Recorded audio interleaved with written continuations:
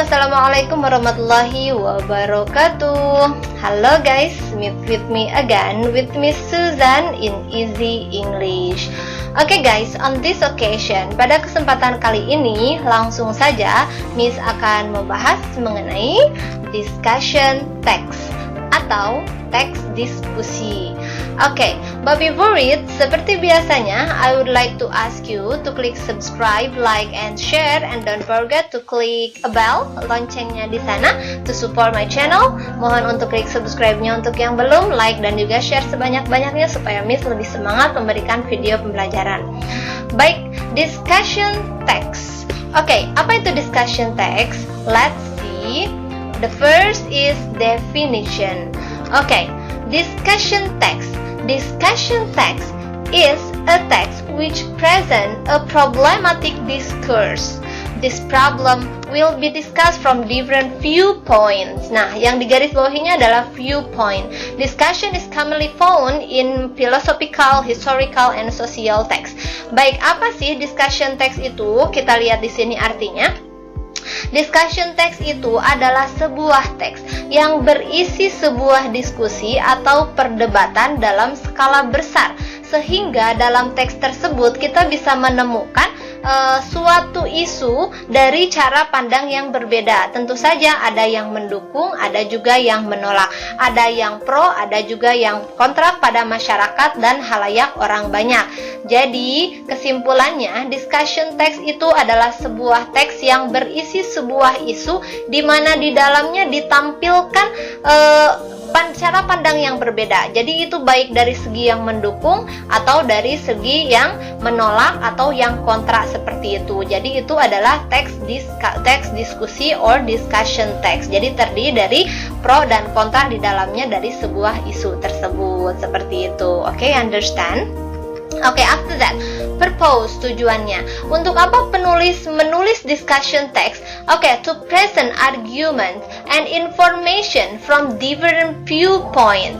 To present argument, untuk menyajikan, untuk menampilkan sebuah argument, sebuah pendapat, sebuah informasi and information from different viewpoint. Dalam discussion text itu yang digarisbawahinya adalah viewpoint, cara pandangnya, from different viewpoint, dari cara pandang yang berbeda. Nah, bisa dilihat di sini, discussion text adalah untuk menyajikan, tujuannya itu argumen dan informasi dari cara pandang yang berbeda. Selain itu, memaparkan beberapa pendapat dari para ahli dalam bidangnya.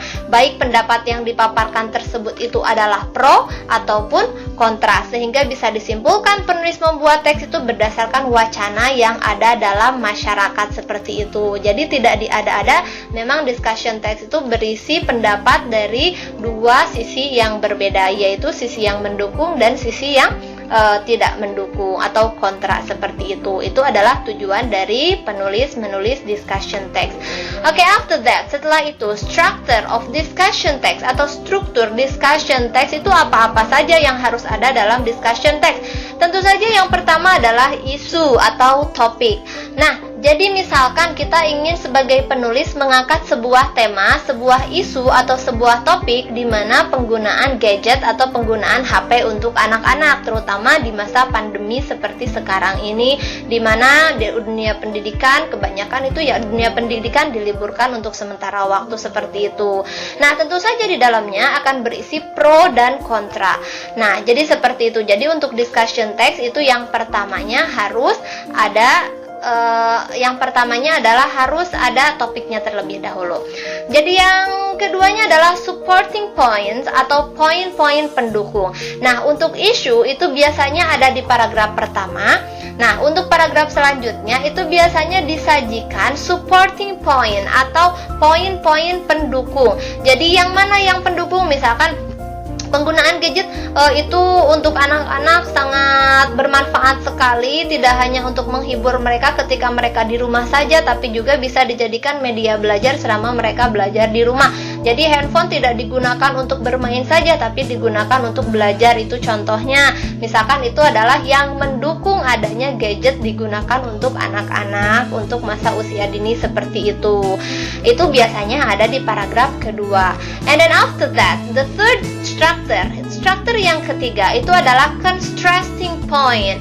Contrasting point atau poin-poin pembanding, atau yang membandingkan, atau yang berlawanan seperti itu, atau yang kontra. Kalau yang pertama supporting itu yang pro-nya, yang mendukung. Kalau kontranya itu hanya yang itu adalah yang melawannya atau yang tidak setujunya. Nah, misalkan di paragraf ketiga kita menyajikan pendapat masyarakat atau pendapat orang lain yang berbeda halnya, viewpointnya, cara pandangnya. Misalkan contohnya tadi membahas isunya tentang penggunaan gadget untuk anak-anak usia dini. Untuk yang tidak setuju, sayangnya misalkan di paragraf ketiganya, tapi ada pendapat lain yang mengatakan bahwa penggunaan gadget itu sia-sia karena anak-anak kebanyakan hanya 10% saja digunakan untuk belajar, sisanya kebanyakan bermain seperti itu, main game, melihat video-video yang mereka senangi. Tentu saja yang kebanyakan bukan video pembelajaran, tapi video-video ya yang berhubungan dengan game, tentu saja seperti itu. Itu adalah, jadi lebih baik penggunaan gadget untuk anak-anak lebih baik dikurangi saja. Nah, itu mungkin ada yang kontra, ada yang berlawanan karena tidak menyetujui, karena misalkan berpengaruh untuk mata mereka, karena adanya radiasi dan lain sebagainya seperti itu. Itu biasanya ada di paragraf ketiga. Oke, yang selanjutnya, the next one is conclusion, or this is the last one exactly. Ini yang terakhir. Yang terakhirnya biasanya di paragraf terakhir itu adalah conclusion or recommendation. Yang terakhir adalah conclusion, kesimpulan atau rekomendasi dari si penulis. Biasanya di paragraf terakhir penulis tidak berpihak dari salah satu pendapat, tapi hanya disimpulkan secara globalnya saja. Misalkan pada akhirnya ini dikembalikan kepada orang tua sendiri, karena bagaimanapun mereka memiliki pendapat yang berbeda seperti itu. Bagaimanapun semoga gadget dimanfaatkan sebaik-baiknya. Itu adalah conclusion, kesimpulan, dan rekomendasi dari si penulis. Oke? Understand? Bisa dipahami? Baik, untuk yang selanjutnya, ciri kebahasaan or language feature of discussion text. Biasanya ciri-ciri struktur yang digunakannya itu, ciri-ciri struktur bahasa kebahasaannya yang digunakan itu menggunakan apa sih aturan bahasa Inggrisnya? Nah, yang pertama itu menggunakan using simple present tense.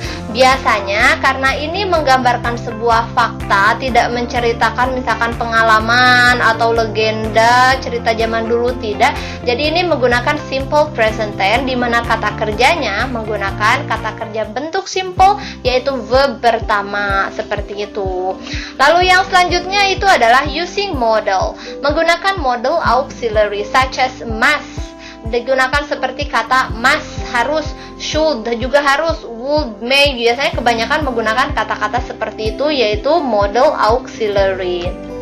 And then using additive, constructive, dan casual connection seperti similarly, menggunakan additif, kata tambahannya, constructive atau kalimat yang menunjukkan kebalikan kayak but, tapi, seperti itu, and casual connection, dan penghubung kalimat-kalimat penghubung yang seperti biasa kita gunakan, yang casual yang seperti biasa seperti similarly, sama halnya, however, bagaimanapun, furthermore, sejauh ini, atau apalagi, on the other hand, di sisi lain, moreover, apalagi, in addition, tambahannya, but, tapi, nevertheless, and etc. Itu adalah kalimat-kalimat penghubung yang biasa digunakan dalam discussion text. Jadi sekali lagi seperti ada kata similarly, mirip dengan however, bagaimanapun, furthermore, on the other hand, di sisi lain, seperti itu. Oke, setelah Miss membahas language feature-nya, ciri kebahasaannya, Miss akan memberikan contoh supaya lebih jelasnya. Tentang ini adalah isunya.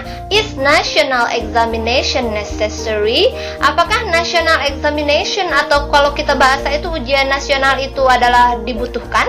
Nah, ini sangat pro kontra sekali di masyarakat dan di dunia pendidikan tentu saja. Nah, ini di paragraf pertama bisa dilihat. And then ini juga ada paragraf kedua.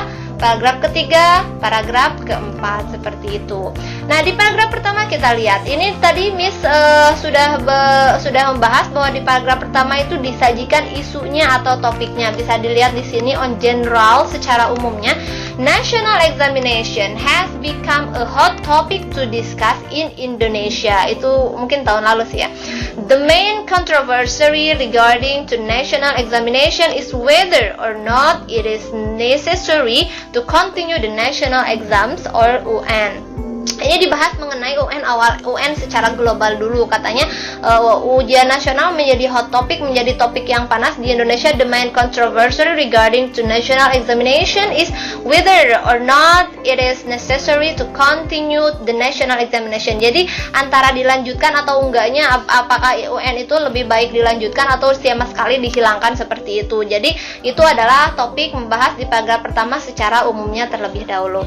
And then after that, at the second paragraph, for those who support the national exam, untuk orang-orang yang mendukung national exam, untuk orang-orang yang mendukung adanya ujian nasional, they believe that the quality of the Indonesia education, mereka percaya bahwa kualitas dari pendidikan Indonesia education system will get worse without the national exam, akan mendapatkan yang paling jelek, yang lebih jelek jika tidak ada national exam, jika tidak ada UN, seperti itu. Nah, jadi untuk di paragraf kedua ada yang mendukung, yaitu katanya karena menurut mereka tanpa ujian nasional di sistem negara Indonesia akan lebih jelek jika tidak ada national. They also believe that national exam can be used to measure how far educational program designed by the government work. Mereka percaya bahwa ujian nasional sebagai ukuran, seperti itu, sebagai tercapainya program dari government, dari pemerintah. And then the third paragraph you can see here, however. Nah, tadi ada language feature, ada ciri-cirinya, ada kata however-nya, ada kata connection-nya, bagaimanapun, for those who disagree.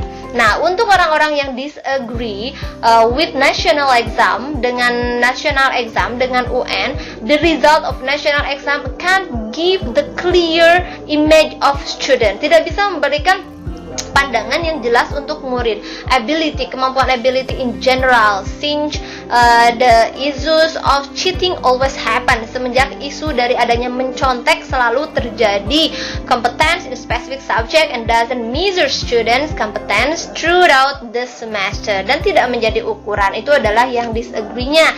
Berarti paragraf ketiganya itu adalah yang contrasting, seperti itu.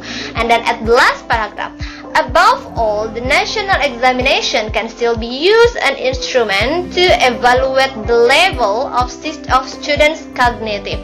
Bagaimanapun, above all, dari kesemuanya, bahwa national examination masih bisa digunakan sebagai instrumen untuk mengevaluasi student competence in certain subject on national scale, secara skala nasional. But mungkin di sini penulis agak lebih condong ke masih adanya national exam ya. Tapi mungkin national exam itu bisa digunakan tanpa harus dijadikan patokan kelulusan, seperti itu. Hanya sebagai mengukur dari seberapa pandai siswa mengisi dan menguasai materi yang diujiankan, seperti itu. Oke, let's see the structure. Nah, kita lihat di paragraf pertama itu adalah isunya, and then the second structure is supporting point, itu ada di paragraf kedua, and then after that is contrasting point di paragraf ketiga. Contrasting itu adalah yang berlawanan, and at the end di yang terakhir itu adalah conclusion, itu adalah kesimpulan dari penulis. Okay, understand? Okay, maybe enough our video today. Thank you for your best attention. Finally, see you later. Assalamualaikum warahmatullahi wabarakatuh. Goodbye.